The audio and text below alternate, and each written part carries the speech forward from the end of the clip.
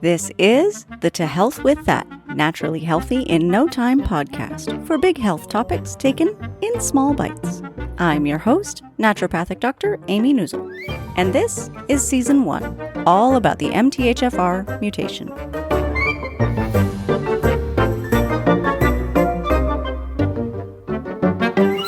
This week, let's talk about Amy's neurotransmitter theory. So for the past few weeks, we've mentioned the link between MTHFR and the production of different neurotransmitters via the BH4 pathway. This includes serotonin and melatonin, dopamine, norepinephrine, and epinephrine. And the research seems to mostly agree that people with mental health issues, like depression or anxiety, often have imbalanced neurotransmitters. Somehow, however, that's translated into a locked-in, fixed idea pattern culturally, in which depression and anxiety are always neurotransmitter issues, and supplementing or augmenting neurotransmitters in some way is the best path forward medically. I do want to say that there are people who find a supplement or a drug that works for them. Right? It boosts their neurotransmitters, they stay on the same dose for 15 years, and they feel great. There are those cases. These are like shining examples of neurotransmitter-based therapies working, and I love seeing them, because in the end, it's a simple solution. Unfortunately, there's also the other cases. People chasing down a feeling that they had briefly, they get on a drug or supplement, go through the adjustment reactions. It works for 6 months or a year, and then they're kind of back where they started, but taking a pill. So they increase the dose, it's not working so much, they increase again, switch to a related drug or supplement, and still aren't where they want to be. They can't match that time period when the pill was, quote-unquote, working. They switch to a different class or category of drugs or supplements, give that a try, each time with a 6 to 8 week adjustment window and a host of new or different side effects. I see it all too frequently. There are several possible problems with the neurotransmitter-only model, and we'll start with the simplest and most obvious and agreed on, and work towards more controversial issues. One of the simplest problems I see is that depression, quote-unquote, is a big word, and it seems to mean something a little bit different to everyone who says it. Likewise with anxiety. Over the years, I've had hundreds of clients tell me they're depressed. They are always surprised when I ask them what that means to them. And not surprisingly, the answers that they give me vary greatly. One man was hugely offended at having to educate me about such a basic question. His answer was, "What do you mean, what do I mean? I'm depressed. I get up in the morning, the toaster doesn't work, so I slam it on the counter 4 or 5 times, and then run out the door without eating because it's just too difficult. I'm depressed." Okay. Another client told me she got up in the morning, cried in the shower, cried in the car, smiled all day through her work as a high-level executive, cried all the way home, and then smiled through dinner with her family. Now, you may notice that the pictures these two people have painted are very different. And these are just 2 examples out of a seemingly endless variety. The point is, depression isn't something uniform. And sadly, when many people go to their doctor or practitioner and say, "I'm depressed," there are really only a handful of standard neurotransmitter-based treatments options for such a myriad of different pictures. Another issue I see with the idea of working with mental health from a purely neurotransmitter direction is that neurotransmitters have significant overlap. So say you look at something like attention. Serotonin, dopamine, norepinephrine, and epinephrine, all 4 of those are all heavily involved in attention, much the same with enjoyment and even alertness. In situations like this, engaging in lifestyle changes to actually boost all of those neurotransmitters is a great idea and will help to cover the bases, but taking a drug or supplement that boosts one pathway has the potential to leave plenty of gaps in the system. It's obvious that when you look at it like this, that boosting one pathway out of many might lead to problems or imbalances elsewhere that show up as side effects or intolerable changes.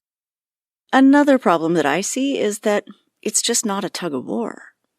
So medicine has become very mechanistic since the advent of penicillin because so many drugs, which do one very precise thing in the body, have been life-saving. I am all for life-saving drugs. But this model comes at a cost. We've backed ourselves into a corner in which we tend to oversimplify the body into being like a constant tug of war between opposing forces or directions of imbalance. If we suspect serotonin is low, right? Meaning the low side of that tug of war is winning, then we just boost up the other side so it gets higher. Easy. And it's logical. It makes sense. The problem is, neurotransmitters and any really complex bodily function are less like a tug of war and more like a web, with forces pulling at 12 points instead of 2. We can, of course, boost up one of those points, but it becomes difficult to predict how the other 12 will react and where that will place new stressors on the body. The last issue, and this is potentially just my belief, so take it with a grain of salt, but the last issue is that for many people, this turns into chasing a dream because at the end of the day, your body is a lot smarter than you're giving it credit for, than anybody's giving it credit for.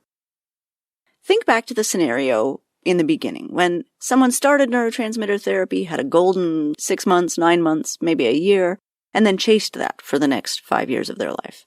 What happened there? Well, it's my belief, and this is only my belief, that your body is actually very smart at adapting to the outside world. And if your body has set your neurotransmitters at a certain level, and you do something to change that level, I have every confidence that your body can reset so that you're at the same level again, even with that new influence or pill. The point is that in this scenario, when we're just mechanistically trying to change one level, we're not getting to the why question. Why did your body set your neurotransmitters to that level to begin with? And maybe it really is a dysfunction or pathology in which your body can't keep up with production, or it's struggling in some way, or there's a nutritional deficiency. And that's legitimately possible for MTHFR folks. If your methylation isn't balanced, then you legitimately might have a deficiency because your BH4 pathway is impaired. But what if the problem isn't production? What if there's a more complex reason for the neurotransmitters being set where they are? What if your body is actually, in that moment, helping you in some way that we just don't understand? What if it's like that to compensate for something else that's out of balance? I genuinely believe that your body is the most amazing thing you will ever see, touch, or possess. It is working constantly to return you to a state of health, to compensate for damage, for lack of care, for the world at large, to adapt to this dynamic world full of challenges and resources that may or may not be there, of which you aren't actually consciously aware. I say, in that situation, give your body a little bit of credit. Maybe it's where it is for a reason. Now, at the end of the day, everybody says, okay, so it isn't all about neurotransmitters, then how do we fix it? The wonderful thing is, working with neurotransmitters is still an option, but if that's not the only model you're looking at, then there's a lot of other options as well.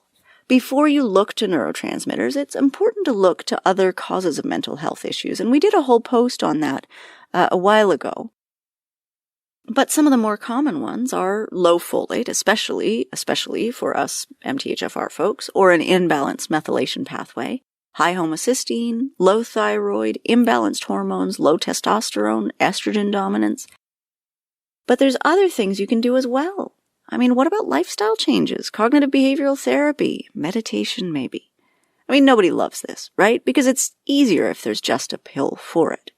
But sometimes the pills really are the best thing, but it's a good idea to be open to other types of treatments as well, and to other options as well. Be willing to let go of the idea of the magic pill, especially if it just isn't serving you. Thanks for listening, everybody. Talk to you next week.